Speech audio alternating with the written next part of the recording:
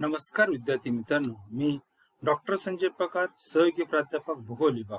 विद्यार्थी मित्रांनो, मराठा विद्या प्रसार समाजाचे केआरटी आर्ट्स, बीएच कॉमर्स आणि M science, popularly known as KTHM college Nashik यातर्फे मी आपल्या सर्वांचं या ऑनलाईन व्हिडिओ लेक्चर सिरीज मध्ये सहर्ष स्वागत करतो. विद्यार्थी मित्रांनो, आज आपण FYB वर्गातील सेमिस्टर 2 चा आपला जो विषय आहे ह्युमन जॉग्राफी म्हणजे मानवी भूगोल या संदर्भातील प्रकरण क्रमांक 4 कृषी यावर चर्चा करतो. आणि आज या प्रकरणातील अत्यंत महत्वाचा उपमुद्दा आहे भारतीय शेतीच्या समस्या, याचा भाग क्रमांक 3 बघणार आहोत. विद्यार्थी मित्रांनो, आपल्याला सर्वांना माहिती आहे माझं या सेमिस्टरचं हे व्याख्यान क्रमांक 50 आहे आणि यामध्ये विशेषतः आपण भारतीय शेतीच्या ज्या सामाजिक समस्या आहे यावर चर्चा करतो. सुरुवातीला आपण अशा कोणत्या सामाजिक समस्या आहे की ज्या भारतीय शेतीच्या संदर्भात आहे. त्यातील पहिला आहे जमीनचं तुकडीकरण, नंबर 2 शेती करण्याची पद्धत, नंबर 3 रूढी आणि परंपरा, आणि शेवटचा आहे निरक्षरता आणि अंधश्रद्धा. या चारही समस्या भारतीय शेतीच्या संदर्भात आहे. आता प्रत्येकाबद्दल आपण सविस्तर माहिती करून घ्या. सुरुवातीला बघूया जमिनीचे तुकडीकरण.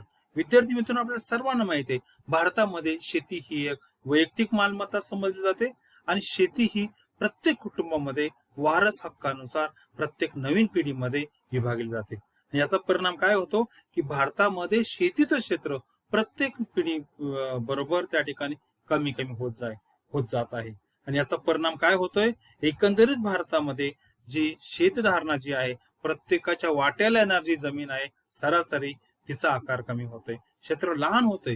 अलीकडच्या काळामध्ये तर हे क्षेत्र एका पाहणीमध्ये असं दिसून आलंय की शेताचा आकार हा काही कुटुंबामध्ये सरासरी 1 गुंठ्यापर्यंत गेलाय. आणि इतक्या कमी आकाराच्या शेतामध्ये मला वाटतं विद्यार्थी मित्रांनो, शेती करणं, शेतीची मशागत करणं किंवा एखादा यंत्राचा वापर करणं, ट्रॅक्टर असेल, हार्वेस्टर असेल, यासारख्या तंत्रज्ञानाचा वापर करणं मला वाटतं शक्य नाही. जर आपण तसा प्रयत्न केला तरी सुद्धा शक्य नाही. भारतामध्ये शेत जमिनीचा आकार जो सरासरी 0.20 हेक्टर होता आणि तो अलीकडच्या काळामध्ये 0.12 हेक्टर पर्यंत आला आहे. आणि एक गोष्ट मी तुम्हाला सांगतो की जवळपास भारतातील 50% शेतकऱ्यांचं क्षेत्र जे आहे 1 हेक्टर पेक्षा कमी आहे. ही एक काळजीची गरज आहे आणि मला वाटतं यामुळं भारतीय शेतीची एक समस्या तीव्र बनली आहे. आणि ज्या वेळेला विद्यार्थी मित्रांनो, आणि यामध्ये आणखी एक महत्वाची गोष्ट मी सांगतो, क्षेत्राचा आकार तर लहान होत आहे, पण अनेक शेतकऱ्यांचे क्षेत्र जे आहे, शेती क्षेत्र हे विखुरलेल्या स्वरूपात आहे. विखुरलेल्या स्वरूपात म्हणजे काय, एखादा अर्धा एकर इथं असेल, अर्धा एकर आणखी दुसरीकडे असेल, तिसरीकडे आणखी एकर असेल, असं तुकडच्या ठिकाणी क्षेत्र विखुरले गेल्यामुळं त्या ठिकाणी मशागत करताना किंवा आधुनिक तंत्रज्ञान वापरत असताना समस्या तयार होते. मग अशा वेळेला अडचण येते आणि याच्यामुळे आपल्याला त्या शेतीचं नियोजन करणं किंवा आधुनिक तंत्रज्ञानाचा वापर करणं, शेतीची मशागत करणं, शेतीवर लक्ष ठेवणं, या सर्व गोष्टींमध्ये अडथळे तयार होतात. आणि याचा विपरीत परिणाम काय होतो विद्यार्थी मित्रांनो, शेतीचं क्षेत्र जे आहे लहान असल्यामुळं शेतीचं उत्पादन घटतं, शेतीतील उत्पादनाची गुणवत्ता ढसते, कारण आपण लहान शेतामध्ये चांगल्या प्रकारे शेतीची मशागत करू शकत नाही. म्हणून शेताचा आकार जो प्रत्येक पिढीमध्ये त्या ठिकाणी कमी होतोय, भविष्यात तो आणखी कमी होणार आहे. आणि ही समस्या एक सामाजिक समस्या आहे आणि ती भविष्यामध्ये अधिक तीव्र बनेल. त्याचा विपरीत परिणाम आपल्या शेतीवर झाल्याशिवाय राहणार नाही. म्हणून ही एक अत्यंत महत्वाची समस्या आहे. दुसरी महत्वाची समस्या काय आहे, शेती करण्याची पद्धत. बघा विद्यार्थी मित्रांनो, आजही भारतामध्ये अनेक ठिकाणी ग्रामीण भागामध्ये शेती करण्याची पद्धती पारंपरिक आहे. पारंपरिक म्हणजे काय, आजही शेतीचे विविध कामं करण्यासाठी मनुष्यबळाचा, प्राणीबळाचा वापर केला जातो. याचा वापर केल्यामुळे काय होतं, शेतीच्या मशागतीवर त्या ठिकाणी मर्यादा येते. शेतीची मशागत चांगली होत नाही, शेतामध्ये यांत्रिकीकरण केलं जात नाही आणि विपरीत परिणाम असा होतो की शेताची उत्पादकता घटते, शेतातील उत्पादन त्या ठिकाणी कमी होते. आणि इतकंच नव्हे तर आपण जे उत्पादन घेतो त्याची गुणवत्ता सुद्धा त्या ठिकाणी कमी होते. आणि त्याचा विपरीत परिणाम मार्केटिंग किंवा आपण बाजारपेठेत विक्री करायला ज्या वेळेला शेतमाल नेतो ना विद्यार्थी मित्रांनो, त्यावेळेला होतो. बघा विद्यार्थी मित्रांनो, सर्वात महत्वाचं की ज्या वेळेला तुम्ही जुन्या आधुनिक शेती पद्धत जर तुमची पारंपरिक असेल तर याचा संबंध डायरेक्ट तुमच्या शेतीची गुणवत्ता आहे, शेतीची उत्पादकता आहे, शेती करण्याची पद्धत आहे, या सर्वावर विपरीत परिणाम तुमच्या शेती करण्याच्या पद्धतीचा होतो. आणि एकंदरीत विद्यार्थी मित्र, यामुळं शेतीचा विकास होत नाही, शेतीमालाची गुणवत्ता वाढत नाही. एकंदरीत शेताचं उत्पादन वाढत नाही, याचा विपरीत परिणाम तुमच्या आर्थिक कुटुंबाच्या आर्थिक परिस्थिती होतोच, पण देशाच्या अर्थव्यवस्थेवर सुद्धा त्याचा विपरीत परिणाम होतो. कारण उत्पादन त्या ठिकाणी कमालीचं घटतं आणि उत्पादनाची गुणवत्ता घटते. म्हणून शेती करण्याची पद्धत जितकी तुमची जुनी असेल, परंपरागत असेल, तितका शेतीवर विपरीत परिणाम शेती विकासावर होत असतो, हे लक्षात ठेवा. आणि भारतामध्ये ही समस्या मोठ्या प्रमाणामध्ये दिसून येते त्या ठिकाणी. एक तिसरी महत्वाची समस्या आहे रूढी परंपरा. बघा विद्यार्थी मित्रांनो, रूढी परंपरा, भारतीय शेतकरी किंवा भारतामध्ये अजूनही रूढी परंपरेचा पगडा भारतीय कुटुंब व्यवस्थेवर, समाज व्यवस्थेवर, विशेषतः ग्रामीण भागातील शेतकरी कुटुंबावर मोठा आहे.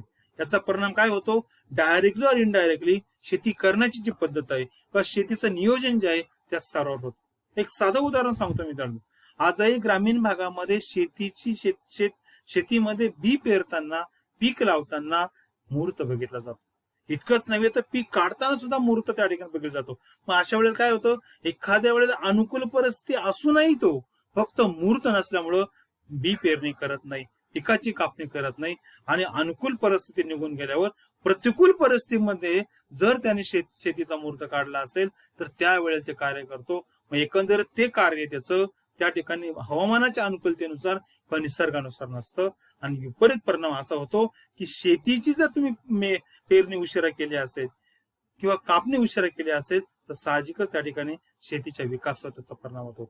आणि एक लक्षात ठेवा, जितकं शेतकरी रूढी परंपरागत असेल, जुन्या रूढी परंपरेचा त्याच्यावर पगडा असेल, तितका तो नवीन तंत्रज्ञान स्वीकारायला धजत नाही. त्या ठिकाणी स्वीकारायला तो सहज स्वीकारत नाही. तो जुन्या रूढी परंपरेनुसारच तीच पद्धत, तेच तंत्र, तीच विचारसरणी, तीच मानसिकता असल्यामुळं एकंदरीत ते सतत पुढे ठेवतो. आणि याचा विपरीत परिणाम विद्यार्थी मित्रांनो त्या शेतीच्या विकासावर, शेतकऱ्याच्या उत्पादनावर आणि शेतमालाच्या गुणवत्तेवर होत असतात. त्या ठिकाणी सर्वात महत्वाचं, ही जी शेतकऱ्याची पारंपरिक रूढी परंपरागत जी मानसिकता आहे, अंधश्रद्धा जी त्याच्या मनामध्ये आहे, ती बदलणं गरजेचं आहे. जर ती बदलली नाही तर भविष्यामध्ये ही समस्या अधिक तीव्र होऊ शकेल त्या ठिकाणी. म्हणून विद्यार्थी मित्रांनो, नाविन्याचा स्वीकार करण्यासाठी ह्या शेतकऱ्याची मानसिकता बदलणं गरजेचं आहे. म्हणून रूढी परंपरा हा सुद्धा एक भारतीय शेतीच्या विकासामध्ये एक महत्वाचा अडथळा मानला जातो, महत्वाची समस्या मानली जाते. आणखी एक महत्वाची समस्या निरक्षरता आणि अंधश्रद्धा. बघा विद्यार्थी मित्रांनो, आजही ग्रामीण भागामध्ये म्हणजे जर आपण विचार केला ना तर मोठ्या प्रमाणामध्ये शेतकरी कुटुंब निरक्षर आहेत. जरी आपले एकंदरीत त्या ठिकाणी साक्षरता जरी वाढत गेली तरी सुद्धा ग्रामीण भागामध्ये अनेक शेतकरी जे कुटुंब आहे, त्या शेतकरी विशेषतः मूळ कर्ता जो आहे, कुटुंब प्रमुख आहे, तो निरक्षर आहे. आणि त्याच्यामुळे त्याचा विपरीत परिणाम एकंदरीत शेतीचं नियोजन, एकंदरीत शेतीमध्ये केले जाणारे कार्य, मशागत असेल, तंत्रज्ञान असेल, ते वापरण्याची पद्धत आहे ती त्या ठिकाणी साहजिकच जुनी असते, परंपरागत असते. आणि त्यामुळं असे जे कुटुंब आहे, अंधश्रद्धेमुळे, निरक्षरतेमुळे त्यांना शेतीमध्ये जे नवीन प्रयोग होतात, शेतीमध्ये नवीन तंत्रज्ञान येतं, जे युरोपियन देशामध्ये आहे, अमेरिका असेल, चीन असेल, जापान असेल, या देशांमध्ये जे नवीन आधुनिक तंत्रज्ञान वापरलं जातं की त्याचा शेतीच्या उत्पादनामध्ये, शेतीच्या विकासामध्ये महत्वाचा भाग असतो. पण जर शेतकरी निरक्षर असेल, अंधश्रद्धाळू असेल तर मला वाटतं तो अशा विकासापासून वंचित राहतो, कारण त्याची अद्ययावत माहिती त्याला मिळत नाही, ती स्वीकारण्याची मानसिकता त्याच्यामध्ये राहत नाही. आणि परिणाम एकंदरीत त्याचा परिणाम त्याच्या शेती विकासावर होतो. फक्त त्याच्या शेती विकासावर असं होत नाही तर एकंदरीत भारताच्या अर्थव्यवस्थेत सुद्धा त्याचा विपरिणाम होतो. आणि जर त्या प्रदेशामधला शेतकरी निरक्षर असेल, अंधश्रद्धाळू असेल तर मला वाटतं विद्यार्थी मित्रांनो, फक्त आणि फक्त नकारात्मक परिणाम तुमच्या शेतीच्या विकासामध्ये दिसेल. कोणत्याही प्रकारचं अद्ययावत ज्ञान तो स्वीकारत नाही, तंत्रज्ञान वापरत नाही, शेतीमध्ये नाविन्य नसतं, शेतीमध्ये तो प्रयोग करू शकत नाही. आणि अलीकडच्या काळामध्ये वर्षानुवर्ष तेच पीक घेणं, तेच एकसुरी त्या ठिकाणी शेती करणं, याच्यामुळं जमिनीची उत्पादन कमी होत आहे आणि शेतातून उत्पादन कमी मिळतंय. म्हणून विद्यार्थी मित्र, हा एक नकारात्मक परिणाम फक्त आणि फक्त त्या शेतकऱ्याची निरक्षरता, त्या शेतकऱ्याची अंधश्रद्धा यामुळे होतो. आणि म्हणून विद्यार्थी मित्रांनो, जोपर्यंत निरक्षरता कमी होत नाही, अंधश्रद्धा कमी होत नाही, तोपर्यंत ते शेतकरी किंवा तो शेतकरी असेल, त्याचं कुटुंब असेल, त्या परिसर असेल, त्याचा विकास होणार नाही. म्हणून याच्यामध्ये फक्त त्या शेतकऱ्याचा आर्थिक हानी होते असं नाही, तर भारताच्या अर्थव्यवस्थेला सुद्धा तो फटका बसतो. एकंदरीत वाढत्या लोकसंख्येला, वाढत्या मोठ्या प्रमाणामध्ये अन्नधान्य पुरवठा करण्याची गरज आहे. त्याच प्रकारे आंतरराष्ट्रीय स्तरावर जर तुम्हाला शेतमाल पाठवायचा असेल तर हे नवीन एक आधुनिक तंत्र, आधुनिक शेती पद्धती, नाविन्य याचा स्वीकार करणं गरज आहे. पण यामध्ये अडथळा काय आहे? फक्त आणि फक्त शेतकऱ्याची निरक्षरता आणि अंधश्रद्धा, ज्यामुळे विद्यार्थी मित्रांनो त्या शेतीचा विकास होत नाही, शेतकऱ्याचा आर्थिक विकास होत नाही आणि याचा विपरीत परिणाम आपल्या अर्थव्यवस्थेवर होत असतो. विद्यार्थी मित्रांनो, या सामाजिक समस्या आहे. जर या सामाजिक समस्याबद्दल तुम्हाला आणखी माहिती मिळायची असेल तर मला वाटतं ही संदर्भ पुस्तकं नक्कीच तुम्ही वाचा. तुम्हाला या संदर्भामध्ये अधिक परिपूर्ण माहिती मिळेल. विद्यार्थी मित्रांनो, या ठिकाणी आपण थांबूया. पुढच्या तासाला आपण अलीकडच्या 3 तासामध्ये आपण भारतीय शेतीच्या नैसर्गिक समस्या बघितल्या, आर्थिक समस्या बघितल्या, सामाजिक समस्या बघितल्या. त्या संदर्भामध्ये कोणती उपाययोजना करणं गरजेचं आहे याची माहिती आपण पुढच्या तासाला घेऊया. तोपर्यंत मी थांबतो. धन्यवाद.